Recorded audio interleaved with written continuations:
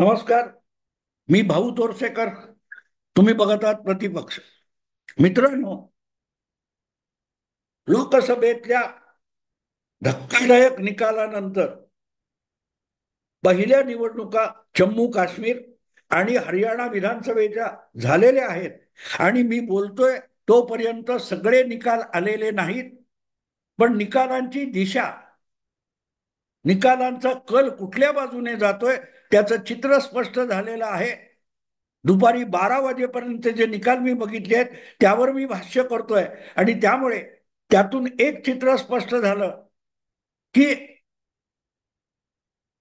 जम्मू काश्मीर हा केंद्रशासित प्रदेश मूळच्याच national conference यांनी जिंकल्यासारखा आहे. तिथे त्यांचंच सरकार येणार आहे आणि काँग्रेस आणि नॅशनल कॉन्फरन्स यांची आघाडी पहिल्यापासून झालेली आहे. त्यामुळे तिथे भाजपला सत्ता मिळू शकली नाही, ही वस्तुस्थिती आहे. एक पीडीपीच्या मेहबूबा मुफ्ती यांच्याबरोबर बनवलेलं सरकार वगळलं तर जम्मू काश्मीरमध्ये भाजप कधीही सत्तेवर नव्हता. पण भाजपने जम्मू या विभागामध्ये आपलं वर्चस्व कायम ठेवलेलं आहे आणि काही प्रमाणात काश्मीर खोऱ्यामध्ये आपला मतांचा प्रतिशत वाढवलेला आहे, ही वस्तुस्थिती आहे. दुसरीकडे हरियाणामध्ये सगळे एक्झिट पोल सगळे एक्झिट पोल खोटे ठरवत भाजपने फक्त मोठा पक्ष होण्याचा चमत्कार केलेला नाही, तर निर्विवाद बहुमताच्या दिशेने वाटचाल केलेली आहे. सगळे एक्झिट पोल तुम्ही बघितले. गेल्या 1.5-2 महिन्यात हरियाणामध्ये जो प्रचार माहोल बनवला जात होता त्यामध्ये भाजप तिसरी निवडणूक हरणार हे गृहीत धरलं जात होतं. 2014 मध्ये म्हणजे 14ची लोकसभा विधानसभा निवडणूक होईपर्यंत भाजप हा हरियाणामध्ये 4 नंबरचा किंवा फार तर 3 नंबरचा पक्ष होता. तिथे कुठल्या तरी एका बिगर काँग्रेस पक्षाबरोबर हात मिळवणी करणं या पलीकडे भाजप समोर पर्याय नव्हता. अशा हरियाणामध्ये अगर आज भारतीय जनता पक्षाने तिसऱ्यांदा बहुमत मिळवलं असेल तर त्याला चमत्कार म्हणावा लागेल. याचं कारण लक्षात घ्या मित्रांनो. लागोपाठ 10 वर्ष भूपिंदर सिंग हुड्डा यांच्या नेतृत्वाखाली हरियाणामध्ये काँग्रेसची सत्ता होती आणि ती सत्ता गमावली तेव्हा हरियाणा विधानसभेमध्ये काँग्रेसला 90 मध्ये फक्त 15 जागा मिळवता आल्या होत्या. भाजपने निर्विवाद बहुमत मिळवलं होतं. 2019 मध्ये दुसऱ्यांदा सत्ता मिळवण्यासाठी भारतीय जनता पक्षाला लटपट करावी लागली. जेजेपी नावाच्या एका स्थानिक पक्षाला बरोबर घ्यावं लागलं बहुमतासाठी आणि भाजपने 40 जागा मिळवल्या होत्या. बहुमताला 5 जागा कमी होत्या आणि ह्या पार्श्वभूमीवर 10 वर्षानंतर भाजप हरियाणामध्ये निर्विवाद बहुमत मिळवत असेल तो कोणही भारतीय जनता पक्षाची केंद्रीय नेतृत्व आणि राष्ट्रीय नेतृत्व आपला राज्यातलं नेतृत्व यांची पाठ थोपडल्याशिवाय राहणार नाही. पण भाऊ तोरसेकर भाजपची पाठ अजिबात थोपडणार नाही.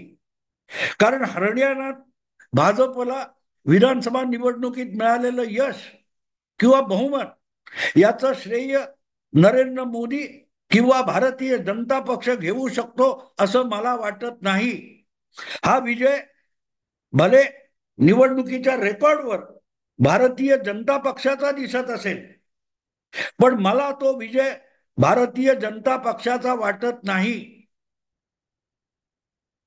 जो विजय हरियाणामध्ये आता भाजपला मिळताना दिसतोय त्याचं श्रेय द्यायचं असेल तर ते श्रेय हिंदुत्वाला द्यायला लागेल. हिंदुत्वाला द्यायला लागेल.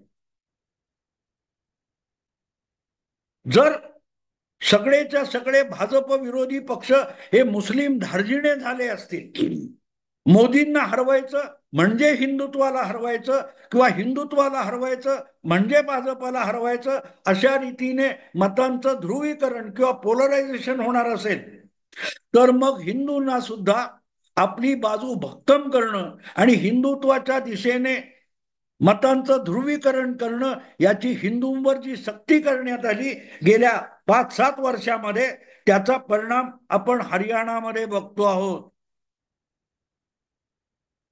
सगळेच्या सगळे माहोल बघत होते, सर्वे करत होते.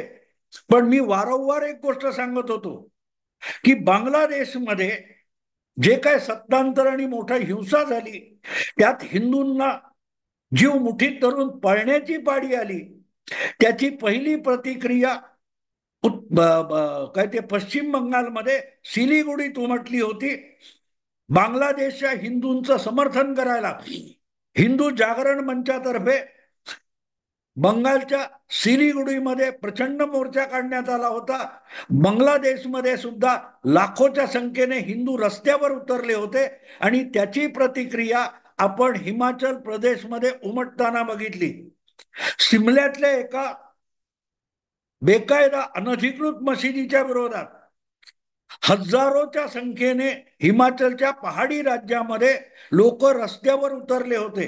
लक्षात ठेवा, हिमाचल प्रदेशमध्ये मुस्लिम लोकसंख्या नगण्य आहे.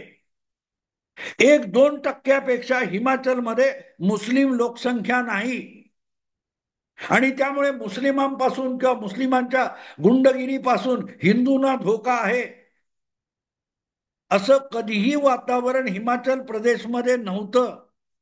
तरीही हिमाचल प्रदेशची राजधानी असलेल्या शिमलामध्ये जी एक कुठची मशीद आहे, त्याच्यात अनधिकृत बांधकाम झाल्यानंतर ते तोडण्यासाठी हजारोच्या संख्येने हिंदू रस्त्यावर उतरले आणि त्यामुळे असं वातावरण तयार झालं की त्या मशिदीच्या व्यवस्थापनाने, तिथल्या कमिटीने आणि मुस्लिम नेतृत्वाने स्वतः ती मशीद किंवा बेकायदा बांधकाम तोडण्यासाठी पुढाकार घेण्यापर्यंत परिस्थिती आली.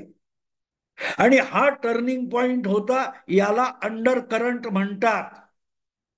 याला अंडर करंट म्हणतात. पण त्याचं भान सुद्धा आपल्याकडच्या राजकीय विश्लेषकांना नव्हतं. का नव्हतं? की हिमाचल प्रदेशला लागूनच हरियाणाची सीमा आहे. हरियाणाच्या एका बाजूला पंजाब आणि दुसऱ्या बाजूला हिमाचल प्रदेशची सीमा लागलेली आहे. आणि अशा वेळेला हिमाचल प्रदेशमध्ये लागोपाठ 1 नाही 2 नाही 4 मशिदींच्या विरोधात हिंदूंची प्रचंड जमाव रस्त्यावर आला. याला अंडर करंट म्हणतात. की जिथे 1-2% मुस्लिम आहेत, तिथे जर हिंदू कन्सोलिडेशनचा एवढा प्रभाव पडत असेल, तर नजीकच्या काळात जिथे निवडणुका आल्या त्या हरियाणामध्ये, बाजूच्या राज्यामध्ये हिमाचल प्रदेशमधल्या हिंदू कन्सोलिडेशनचा प्रभाव पडेल.